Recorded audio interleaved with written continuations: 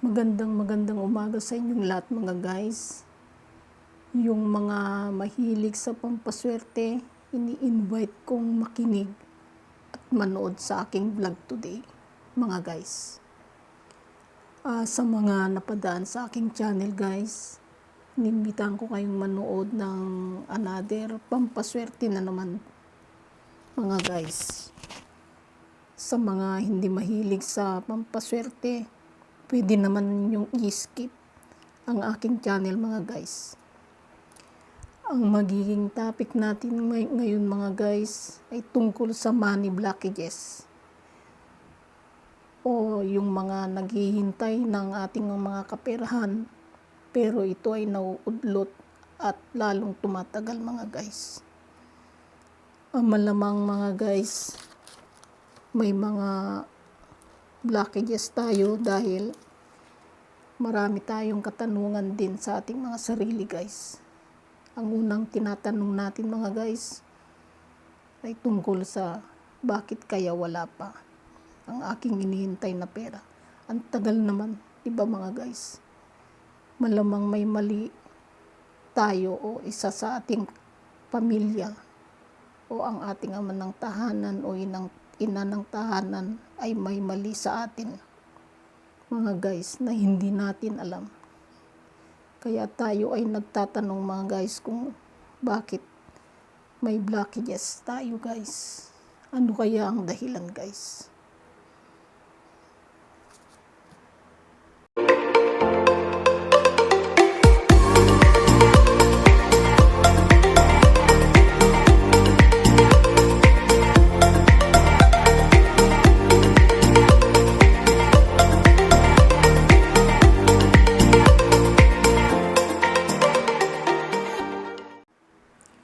Ito ang mga dahilan mga guys. May naiinggit sa'yo, ginagawan kayo ng bad spell or black magic mga guys. Ito yung sinasabi nilang evil eye. Ikaw ay isinumpa dahil sila inggitera. Ayaw nilang umasenso ka at ang gusto nila ay lumubog ka. Ito na ang mga paraan guys. Una, gawin mo ito sa unang Tuesday or Friday ng buwan. Halimbawa, Tuesday ngayon sa July 5, yun ang unang Friday ng buwan. Mga guys. At gawin mo ito ng 6 to 8 a.m. ng umaga guys. Narito ang paraan guys ng paggawa guys. Una guys, narito ang bottle na maliit. Okay lang naman kung malaki guys. Nilagyan ko na to guys ng 3 kutsarang rock salt. Hindi pwede guys ang iodized salt. Kailangan guys may takip tayo guys. Itong bottle na ito guys ay lalagyan ko ng tubig guys. Ito ay rainwater guys. Pwede rin naman yung tap water guys. Depende sa inyo kung anong gusto nyo. Pero mas maganda guys ang rainwater dahil yan ay galing ng kalikasan guys. Blessed guys ang rainwater guys. Maraming mga positive energy ang may bibigay ng water guys at nakapagpapagaling guys din sa mga sakit guys. Yung mga ano guys, natatanggal niya din guys ang mga sakit-sakit kung ano man ang hilingin mo sa rainwater guys. At ganun din guys, itong asin na nilagay natin ay nagtatanggal ng negative energy guys. Yung mga masasamang espiritu o masasamang ginawa ng tao na pinagsasabi nila, matatanggal lahat guys sa pamamagitan ng asin na ito at ng tubig ulan na ito guys. Pwede rin yung tap water guys. Lagyan na natin guys.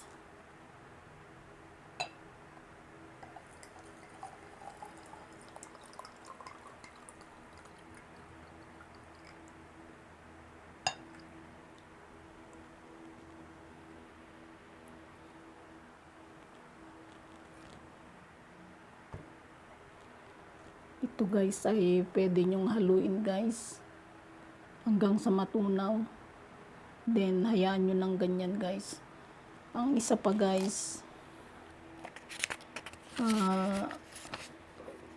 kumuha tayo ng malinis na papel guys, ganito. Isulat natin guys ang full name natin. Then yung birth date natin guys. Tapos yung full na birth date natin, yung totoong birthday natin guys. At pangalan guys. Walang alias-alias. Then pirmahan natin sa baba guys.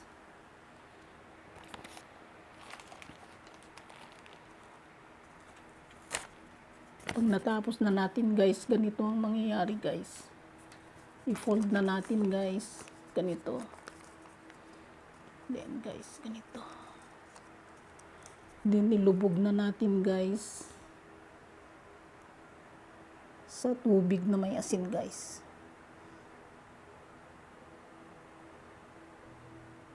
Yan guys. Then wag nyo munang takpan guys. Pumunta kayo sa silangan guys, bintana man o ano yan guys. Humarap kayo sa south area guys.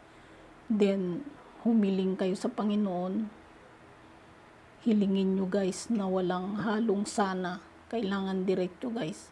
Una, manalangin muna kayo kung ano yung panalangin nyo.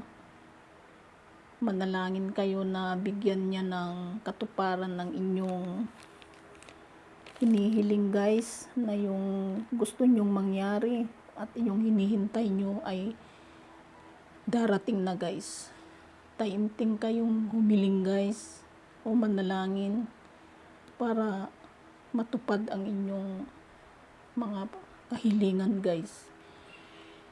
Yung wala kayong naririnig, tahimik ang inyong kwarto guys, na nakaharap kayo sa south.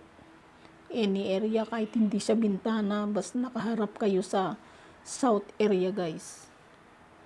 Tapos dito sa asin na to na may tubig, lahat ng mga hinaing ninyo sa buhay guys, yung mga galit sa inyong mga tao, yung mga lahat ng problema nyo, sabihin nyo dito guys, para i-absorb siya ng asin at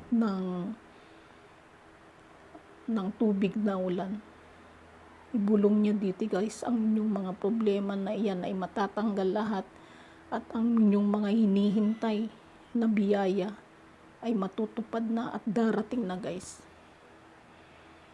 Yan ang payo ko sa inyo guys.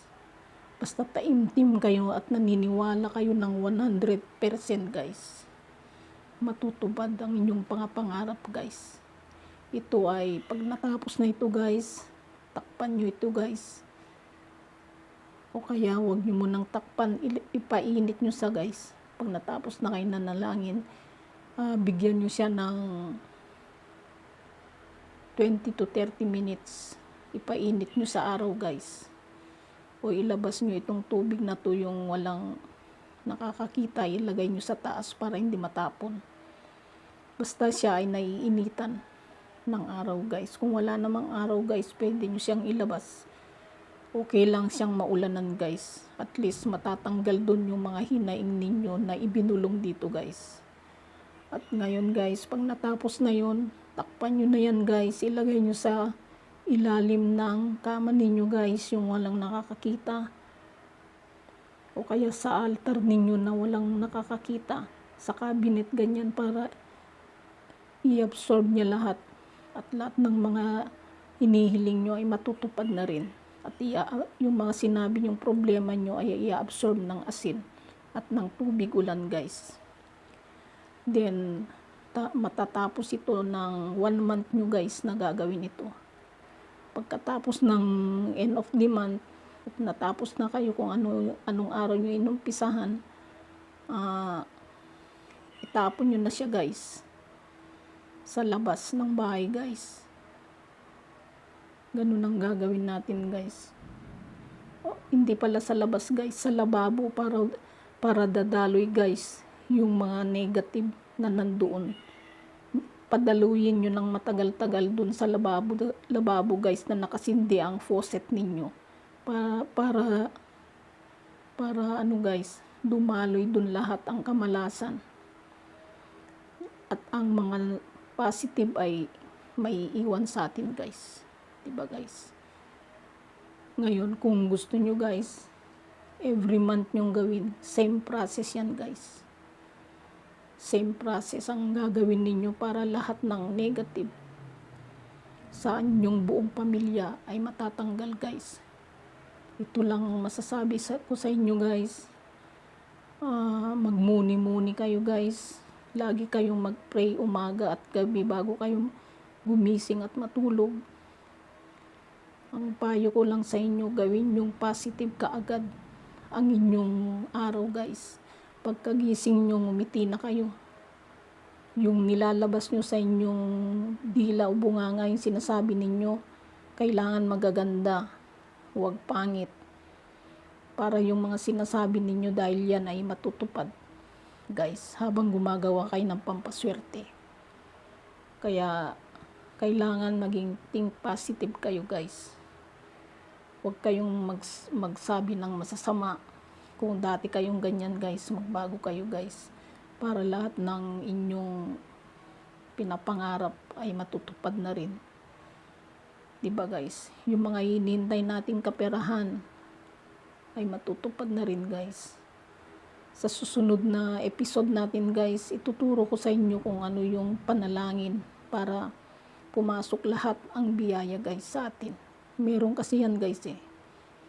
At dapat para hindi kayo tablan ng kung ano-anong sumpa o negative na ano, dapat meron kayong dalang pananggaman lang guys. Hindi naman masama yung guys eh, gaya ng bato na pampaswerte. Siguro meron naman kayong alam dyan guys kung saan yan nabibili. Wag lang yung nabibili kung saan-saan guys. Yung Quiapo ganyan, wag dun guys. Kasi yan ay plastic yan ng mga guys. Saka yan mga yan ay walang ritual yan guys. Sayang lang ang pera ninyo. Doon kayo bumili sa mga legit na gumagawa ng mga pampaswerte guys. Kasi doon din ako bumibili eh. Sa mga legit guys. Para yan ay tumalab sa atin. Kasi kung mga plastic o yung mga ano lang ang binibili natin guys, wala. Hindi tatalab yun guys. Maraming mga bato-bato guys na pampaswerte, gaya ng mutya ng langka, mutya ng linta. Di-discuss ko ulit sa inyo guys ang mga yan, mutya ng langgam, kung anong mga gamit niya yan guys. Marami guys. O kung kaya, alam nyo naman siguro guys yung mga ikakabit mo sa katawan mo para hindi ka tablan ng malas o ng mga sumpa o kung ano guys. Magdala ka guys ng bawang sa katawan mo guys. Lagay mo sa red pouch o kaya lagay mo sa pitako mo guys. Yun lang guys ang mga tips ko sa inyo guys. Until my next episode guys. Bye.